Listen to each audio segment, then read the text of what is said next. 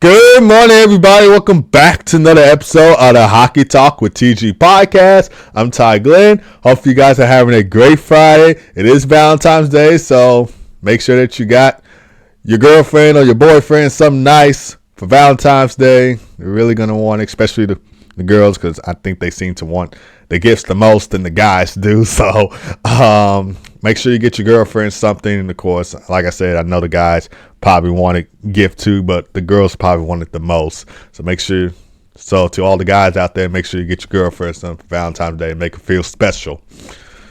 All right, so without further ado, we're going to go ahead and get into the Four Nations face-off. So of course, it kicked off Wednesday between Team Canada and Team Sweden.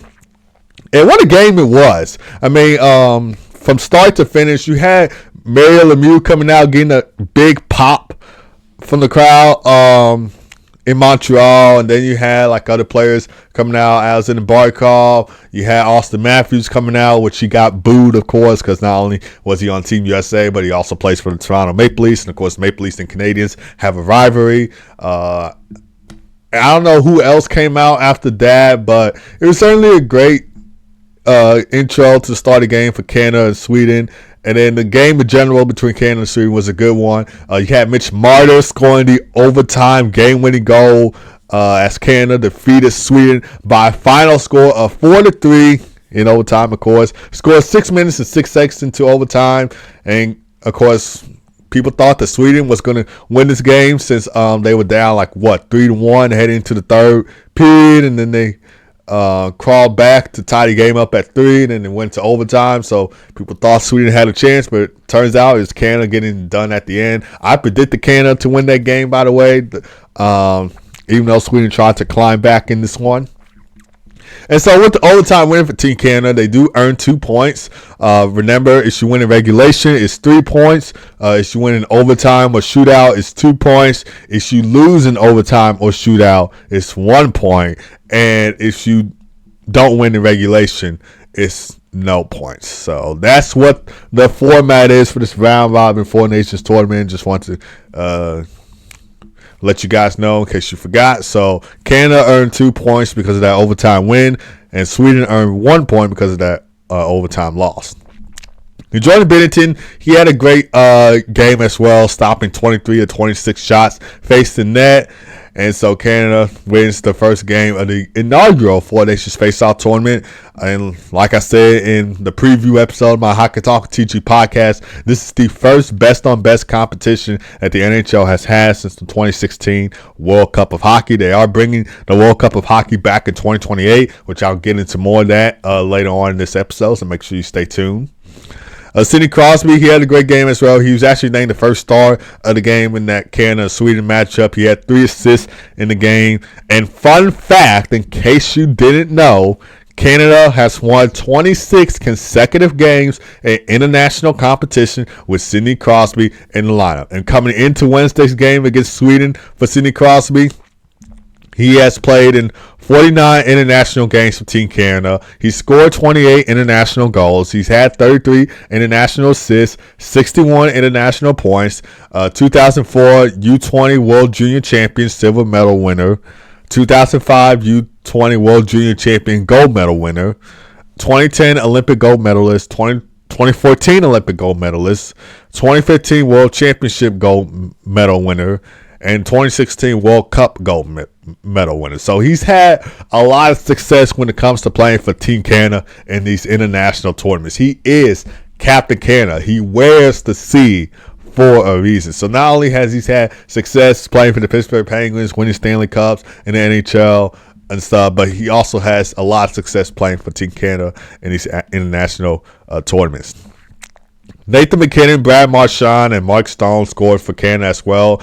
Nathan McKinnon's goal actually came on the power play, and it came from Sidney Crosby and Connor McDavid. So if I were Team USA heading into tomorrow's game against Canada, I will not be taking penalties. I'm telling you guys, that first power play unit for Team Canada is absolutely stacked. The whole entire team is stacked in general, but if you take a look at that first power play unit with Nathan MacKinnon, Sidney Crosby, Connor McDavid, Sam Reinhart, Cale Makar, then it's an absolutely loaded power play right there. So I will not be taking any penalties, any careless penalties, or any penalties whatsoever. If I'm Team USA and I'm facing up against Team Canada.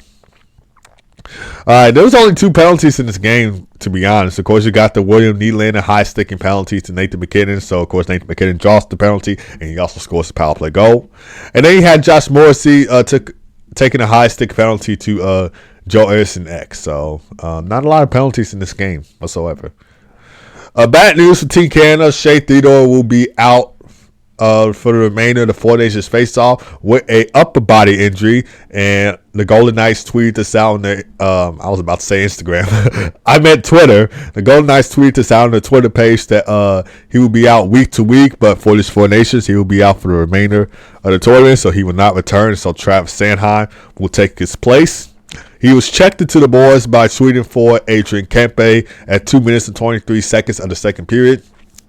This is what John Cooper had to say on the injury. So he said, "That's a big blow. What a kid." And he only got to play 6 minutes. It's heartbreaking for the kid. He was one of the first ones there at the door high-fiving everybody when we came off. It's a tough one to swallow because you know how much it means. I guess in hindsight, he got to touch the ice and some time in there. But for us, it was tough because you talk about the speed in that game. And we had to fight through the last 50 minutes with 5 defensemen.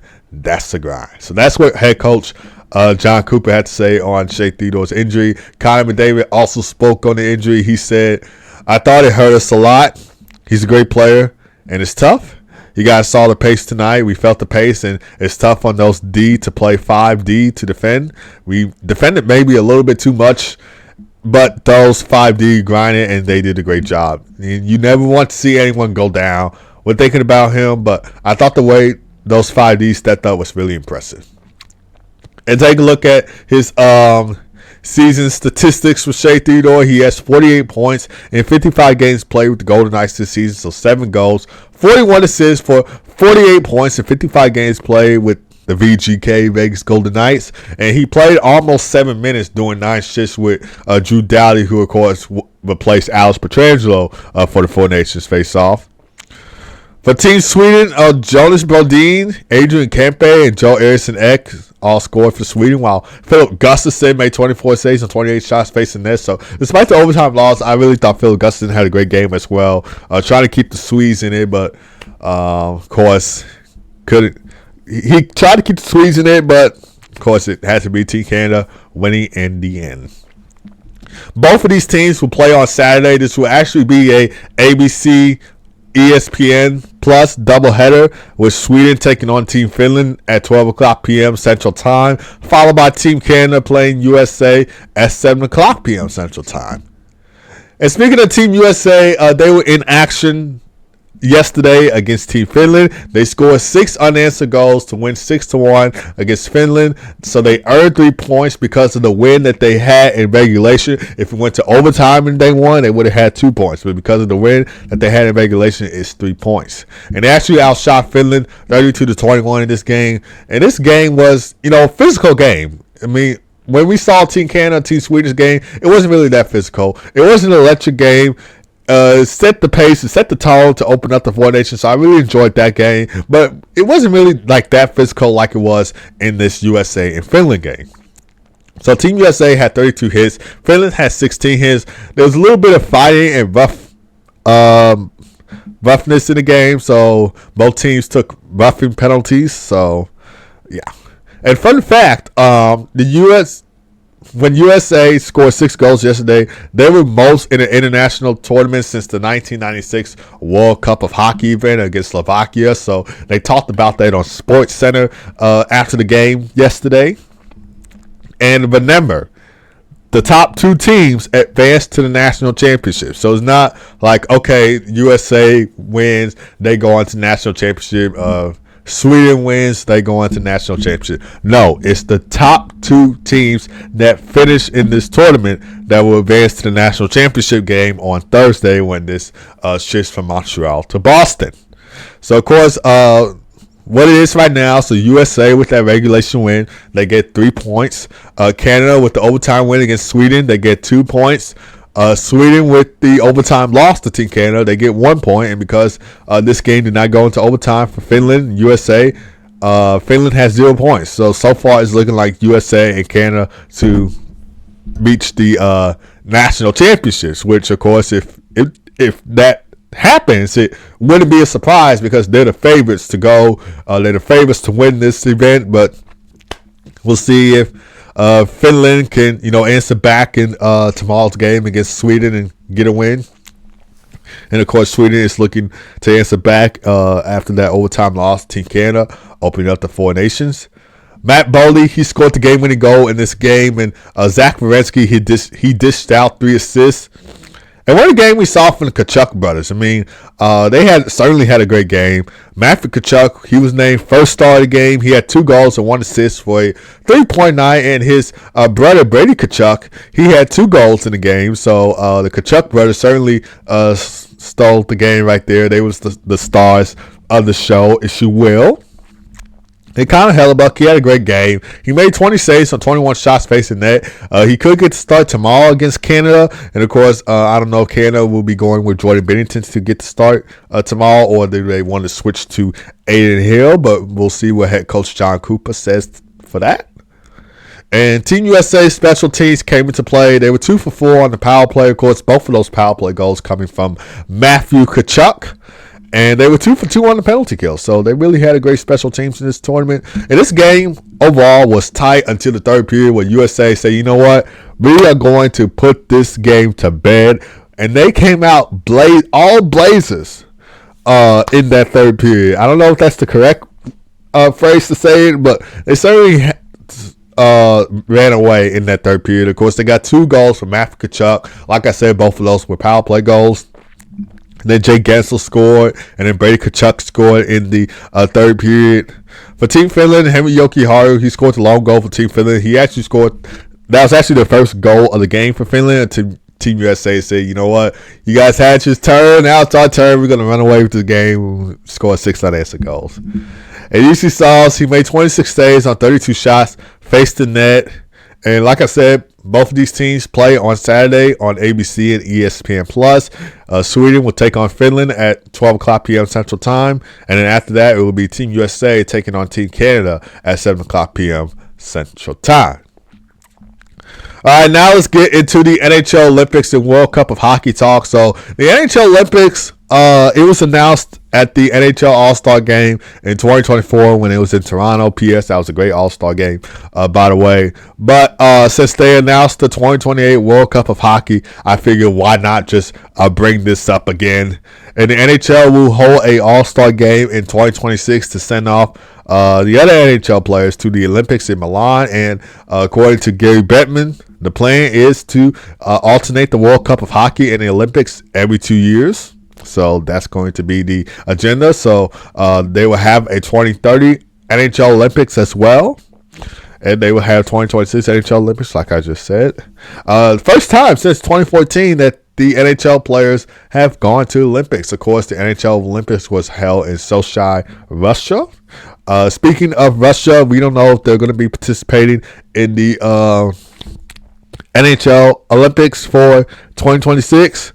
But that remains to be unseen. But if they do, they'll certainly have a stacked team. Like they'll have Alex Ovechkin, they'll have Kirill Kaprizov, they'll have Andrei Vasilevsky, Sergei Bobrovsky, and lots more other players on that Russia team right there. Artemi Panarin as another one, but we'll just have to see. They're not playing in the Four Nations face-off, obviously, but kind of wish that they'll be playing the Four Nations face-off like Russia.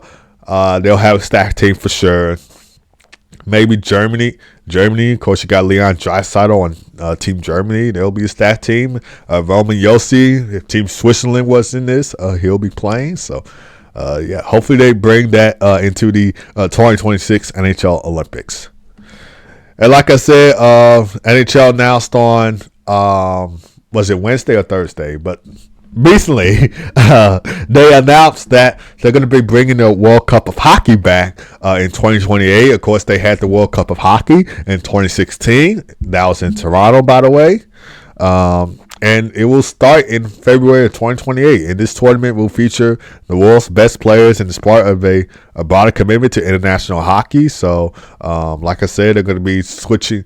They're going to be alternating 2 years with the Olympics and the World Cup of Hockey. And during the World Cup of Hockey in 2016 in Toronto, Canada had won that tournament at the time against Europe. So, and the 2028 World Cup of Hockey is expected to include at least 8 national teams. So we could see USA, Canada, Sweden, Finland, Russia, maybe Switzerland, Germany. Who knows? And for the venues for 2026 Olympic hockey event, of course, this will be held in Milan.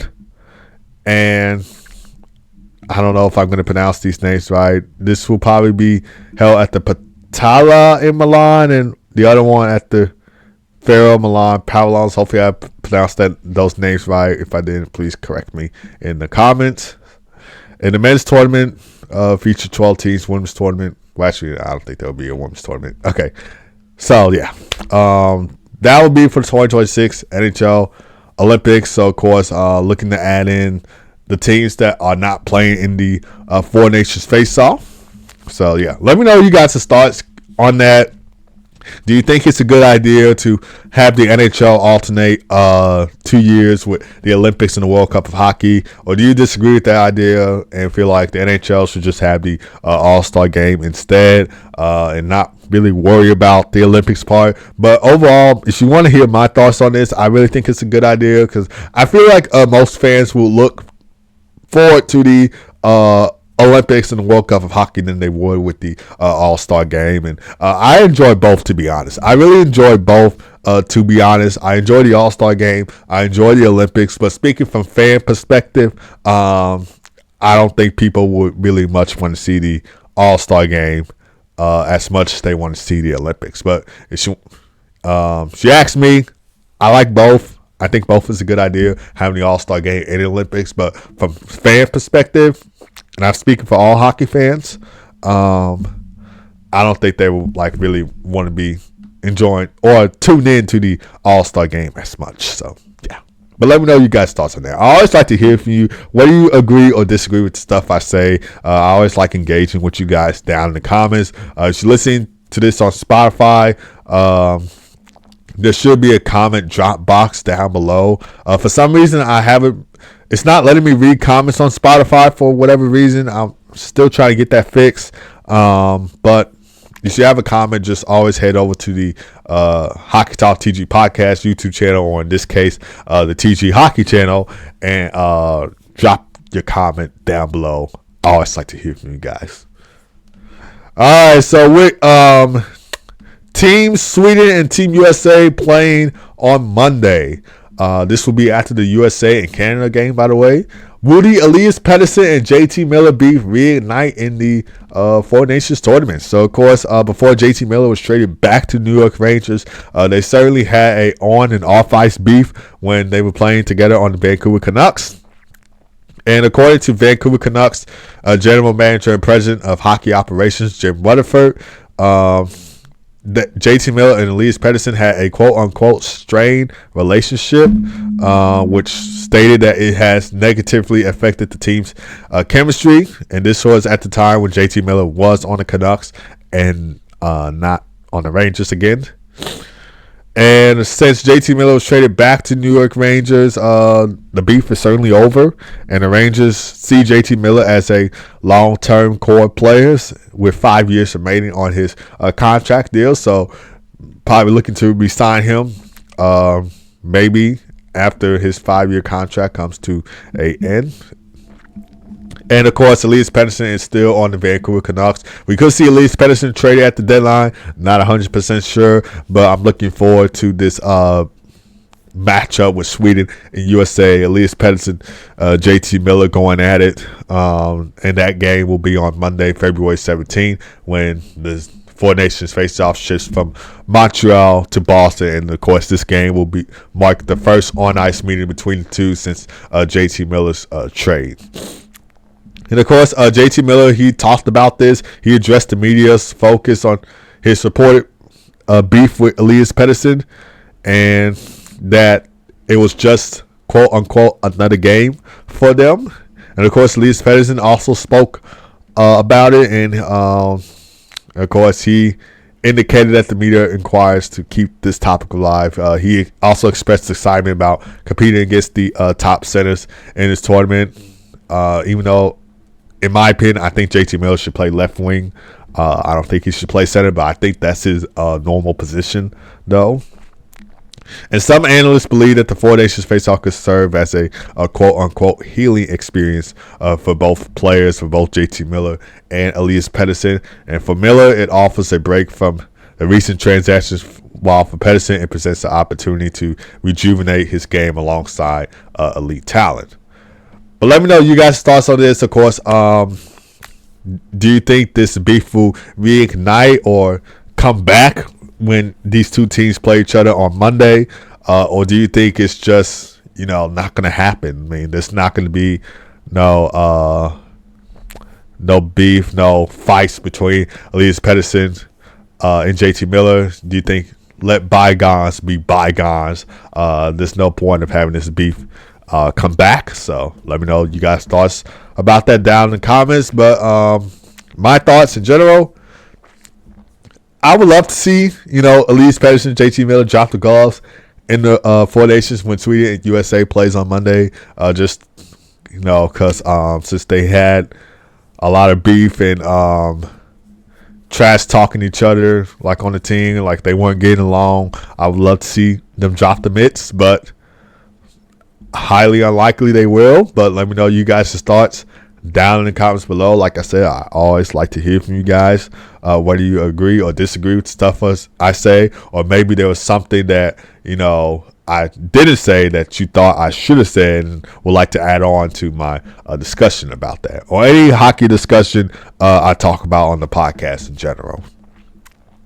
It was a huge major upset Monday in the B-Pot tournament as the number 9 BU Terriers win their 32nd Beanpot Championship against the number 1 BC Eagles by a final score of 4-1 on Monday. So, of course, the Beanpot Championship was on Monday, where I didn't put out an episode of Hockey Talk TG Podcast. And this is the 32nd Beanpot title for the BU Terriers and the first title since 2022. And the loss for the BC Eagles ended the 9-game winning streak and extended their Beanpot Championship drought to 9 years, and they last won the title in 2016. So, of course, the BC Eagles got off to a great start in the first period with Gabe Perreault opening the scoring, making it 1-0 Eagles. And then in the second period, BU responded with 2 quick goals from Brandon Saboya and Cole Hudson, who is the brother of Lane Hudson and Quinn Hudson. So with those 2 quick goals from Brandon Saboya and Cole Hudson, the Terriers took a 2-1 lead. Of course, Cole Hudson's goal turned out to be the game winner in this tournament. And then heading to the third period, Cole Eisman extended BU's lead to 3-1. And of course, Gavin McCarty secured the win with an empty netter for the 4-1 final. And Cole Hudson was named the tournament's MVP.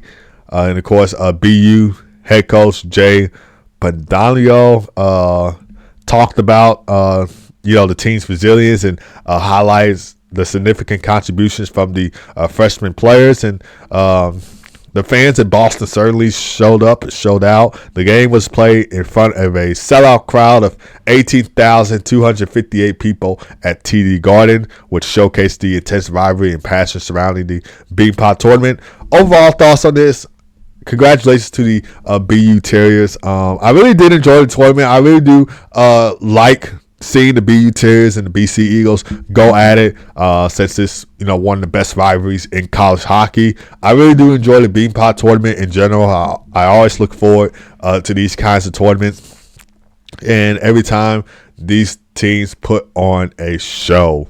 And there's been a lot of NHL alumni from these 2 colleges. Of course, from the BC Eagles, you got Johnny Gaudreau, you got Cam Atkinson, you got Brian Giunta, you got Kevin Hayes, you got Thatcher Demko, and of course, Will Smith, who's playing on the San Jose Sharks.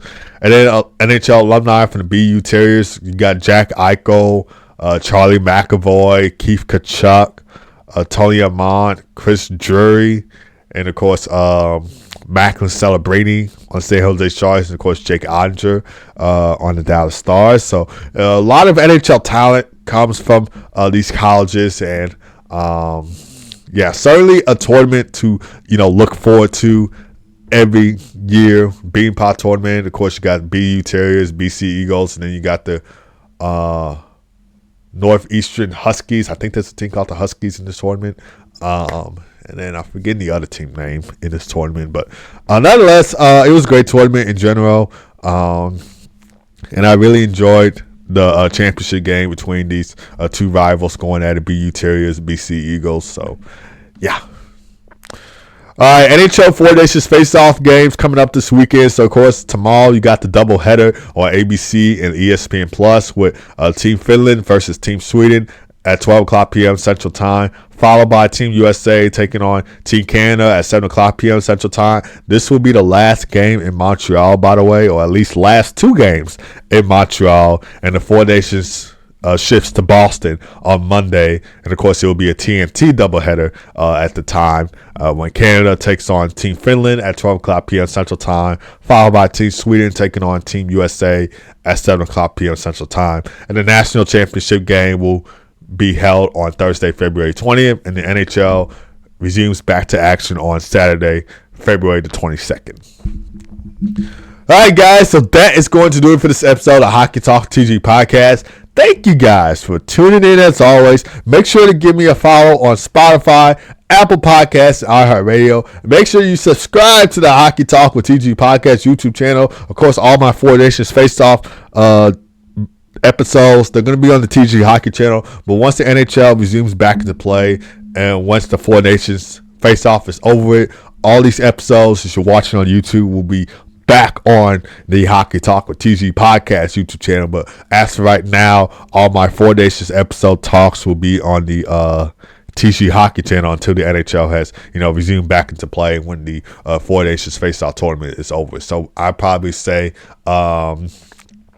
next Friday, or next Monday after Canada, Finland, Sweden, USA go at it.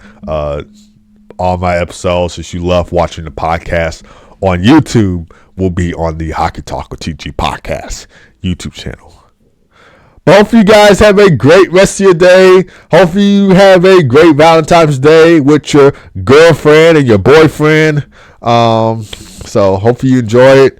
Remember, keep God first. As always, be blessed. I'll see you guys Monday for another episode of the Hockey Talk with TG Podcast. Take care.